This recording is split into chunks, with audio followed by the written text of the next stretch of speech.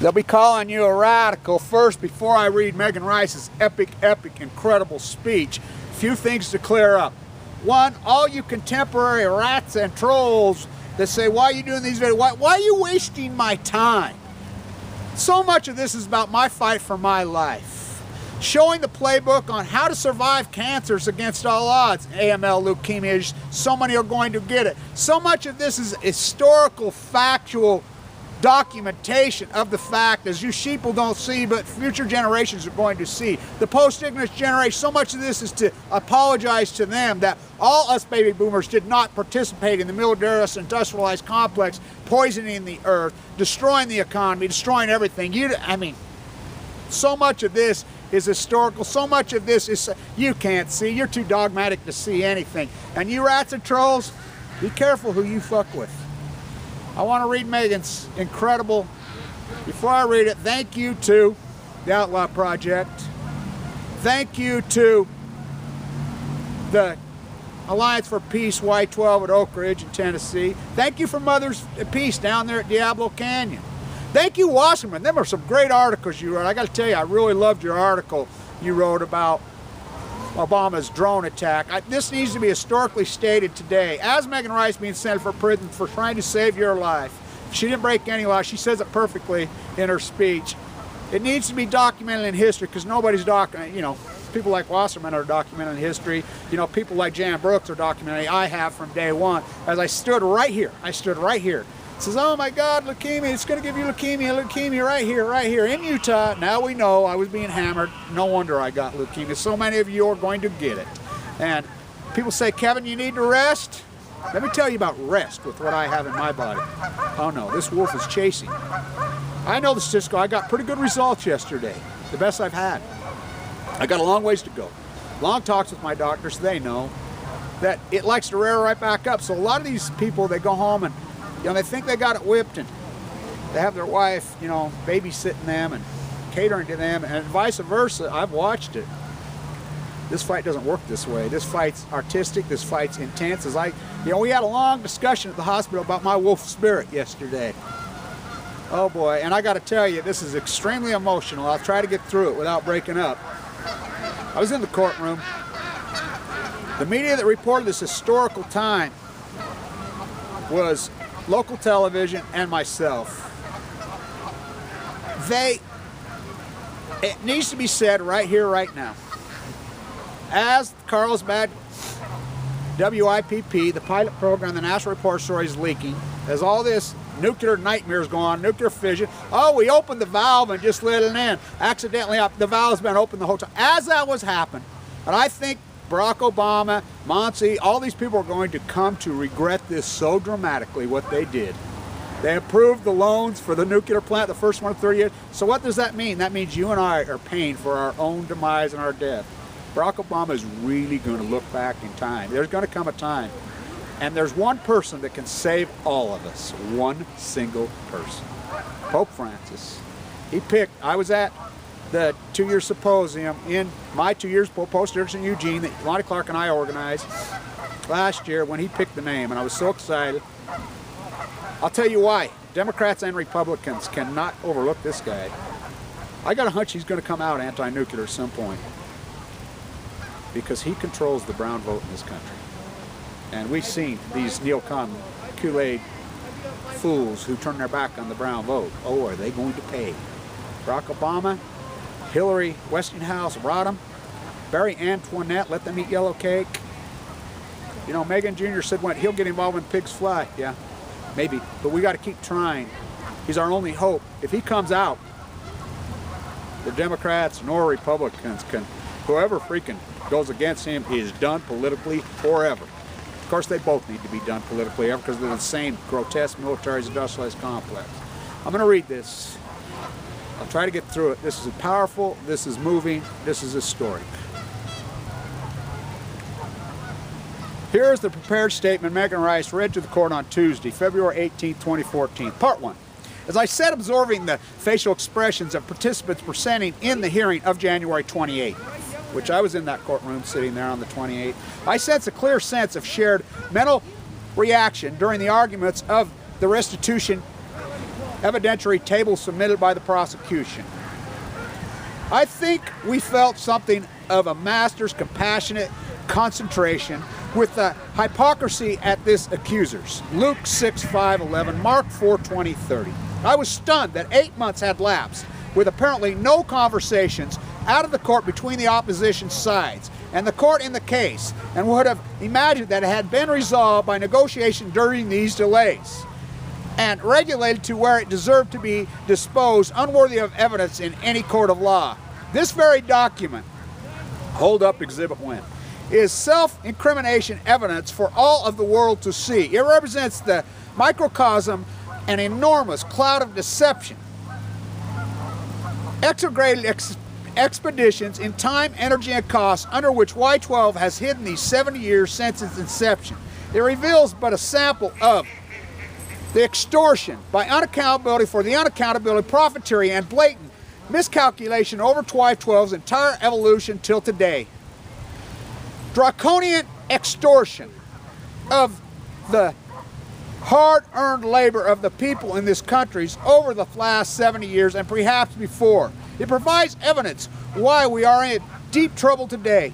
A perfect analogy to what Greg spoke of as the emperor's new clothes. Why can we not call a spade a spade? Why can we not admit the bare truth and just get on with what is humanity's possible transformation?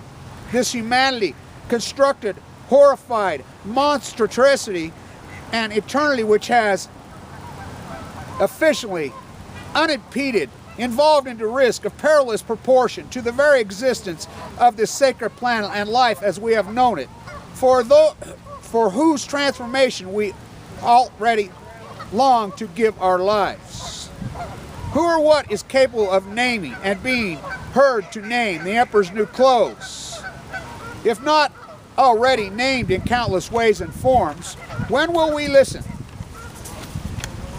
and face the truth? Part 2. Good morning. Thank you, Judge Therpar, and each of you in this beloved community. We are so grateful this morning in the depths of our hearts, grateful to each of you for gracing us from your very busy lives to be here once again. You coming here from Kentucky, Your Honor, and up from New Orleans, Bill and Anna, down from Michigan's Upper Peninsula, Annabelle and David, faithfully giving time and so much zesty, passionate energy, and legal expertise in popular education for the sake of justice's sake and truth on current status and international and domestic law, and here also from a crowded date book at Yale's Schools of Diversity and Forestry and the Environment, Dr. Mary Evelyn Tucker, to witness on behalf of our entire planet. A beloved community joins us in spirit from the four corners of the earth, speaking truth from people in places like Seychelles, Australia, New Zealand, Papua New Guinea, Denmark, Finland, France, Belgium, Qatar, Bolivia, Alaska, Africa, Scotland, Ireland, Montenegro, Sri Lanka, Mauritius, Berlin, and many places in between. These messages from the Afghan Youth Peace Volunteers came by post for this court. May I deliver them now. It is indeed fitting, as the issue here before us today has touched with perilous risk for 70 years the very existence of our sacred, lovely home, which we all share and try to treasure, our planet Earth, which many of us revere as Mother. So thank you. We treasured the time, all you give in attending the trial in one way or another. This trial is exposed quite grotesquely in the evidence, thanks of the prosecution's witness, that the truth about what is happening, that this one facility is part of what Christian Iverson says the U.S. has become one huge bomb factory, of which Y12 is but one very significant part. We are grateful, as Annabelle Dwyer points out with the defense team of lawyers, that the details of the goings-on of Y12 were revered by the witness for the government, details kept mostly secret over nay to 70 years. The specific warheads being enhanced and modernized, the enormous quantities of highly enriched uranium material, H-E-U-M, produced and stored there in the very building. We are able, almost unknowingly, to reach, to touch, and to label with statements and symbols of truth. This altered Y12's workers has been kept secret for nearly 70 years. The secrecy began in 1943 when worker women by thousands could not tell fellow workers or families. Still now, secrets are kept between workers, officials, and managers. The secret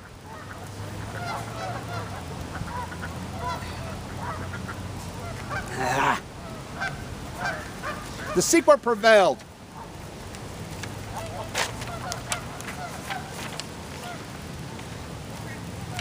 For relentless to turn these United States into a superpower and empire, as Germany tried to under the Third Reich. When I was growing up, to our generation, these were very evil terms.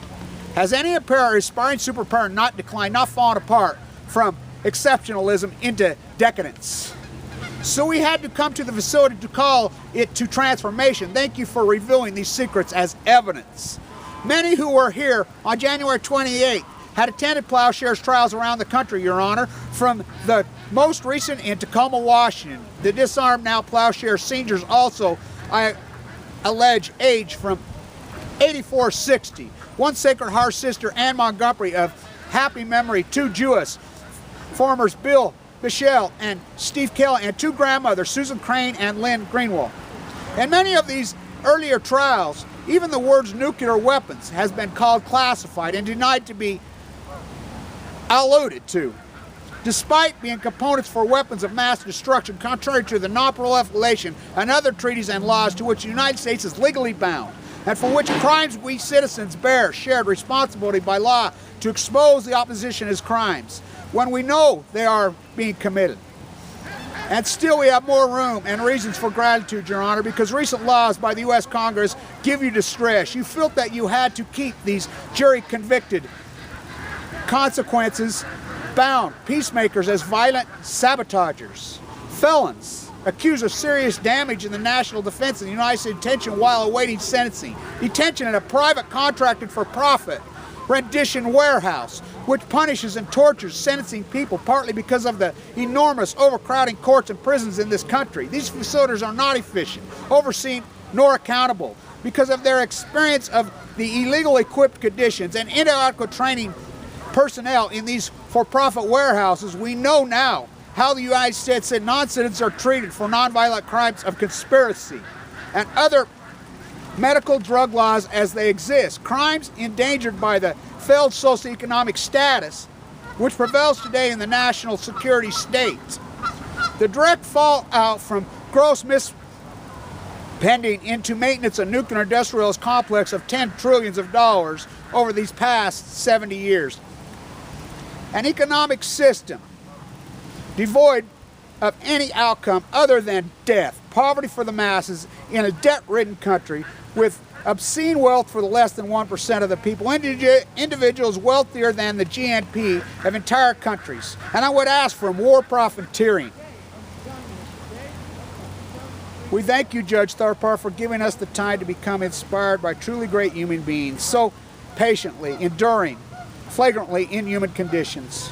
We can now report to you and general public who are the government of the conditions where people are experiencing punishment and torture as unsentenced awaiting changing court dates or places in federal prisons today. We have seen how this for-profit detention contract system fails to accomplish any kind of restitutive justice or rehabilitation. Women and men who are the victims of a nation impoverished by the violence and cost of an economic base of manufacturing WMDs and war-making, inhumane, separated, distance, and poverty, manage in compliance, in order, separated with contract with loved ones and families. I am grateful also for what Daniel Bergman called in a letter to me in Danbury Prison in 1998. My time under federal scholarship, we have tried to make the most of it. Have learned enough for 2 or 3 master's degrees and written and retrieved letters to and from enough to do a doctoral dissertation.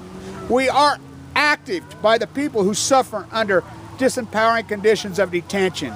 Activated to initiate U.S. prisons reform, which calls for the transformation of minds and hearts from violence of profiteering from the fallout of constant, unending war-making by a military-industrialized complex. Those engaged in the popularity of every more massive, powerful, death-dealing weapons, nuclear, chemical, biological, unarmed weapons, which rob the poor and sabotage and pollute all of life and creation on this planet. Imagine the profit accrued by charges like mine. $15 for one 10-minute call to Washington, D.C. from Knoxville Detention Facility. 10 instant calls can be close to $3 each for 10 minutes. Or a sick call, which can cost up to $15 to obtain a drop previously sanctioned prescription for a nightly Claritin tablet for controlling an allergy condition. Medical conditions denied to pass on from facility to facility as inmates are moved along to prisons. We are energized to call for life enhancement altering projects like disarmament, depleted radiation isotopes and toxins, and those which meet real needs: social, cultural, spiritual, environmental, restitution, healing, harmony, balance, and peace in nonviolence. May I close with a prayer and rendition of the ancient Hebrew country song, PS 9-8, according to Nate Merrill. As again, we thank you, Judge Thorpe, our honorable jurors, our defense team, lawyers, on behalf of the government, whose crimes we as law-abiding citizens attempt to disclose, oppose, and heal. And for each of you, you in the most honorable, beloved community, a prophetic peacemaking regiment from who we receive hope and inspiration and encourage you to carry on as grateful participants in your honorable presence. Let us sing to the beloved new song. For love has done marvelous things by the strength of your indwelling presence, your right hand. We too are calling to the great things. We are set free through love's forgiveness and truth. Yes, for the steadfast love of faithfulness, our ever-present gifts in our lives, all the ends in the earth we have seen, the glory of love's eternal flame. Make a joyful noise to the beloved, all the earth. Break into grateful song and sing praises, sacred the land, sacred the water, sacred the skies, holy and true. Yes, sing songs of praise, extolling love's way. Lift up your hearts with gratitude and joy. Let the voices of people blend in harmony. In unison, let the peoples magnificent that belong. Let the waters clap their hands. Let the hills ring for joy before the beloved who radiates love to all the earth. For love reigns over the world, and true and justice bringing order and balance, harmony to the creation, and keeping all this and just and fair. And we may go forth as your holy right to do things in love. MK3, LK7. Megan then asked the judge if it would be all right to sing a song. He agreed, then was taken aback as she turned to the audience and they rose to join her in singing Sacred the Earth. Sister Megan Rice, February 18, 24, U.S. Federal Courthouse, Eastern District of Tennessee, Knoxville, Tennessee. I think the judge even wanted to cry. I think this is such a powerful, maybe, the end to my 3-year fight. Megan Rice, this whole capitulation, the cancer in my body, standing right here saying it's going to give you the cancer so many it's been such an emotional time for me for 3 years, for all of us,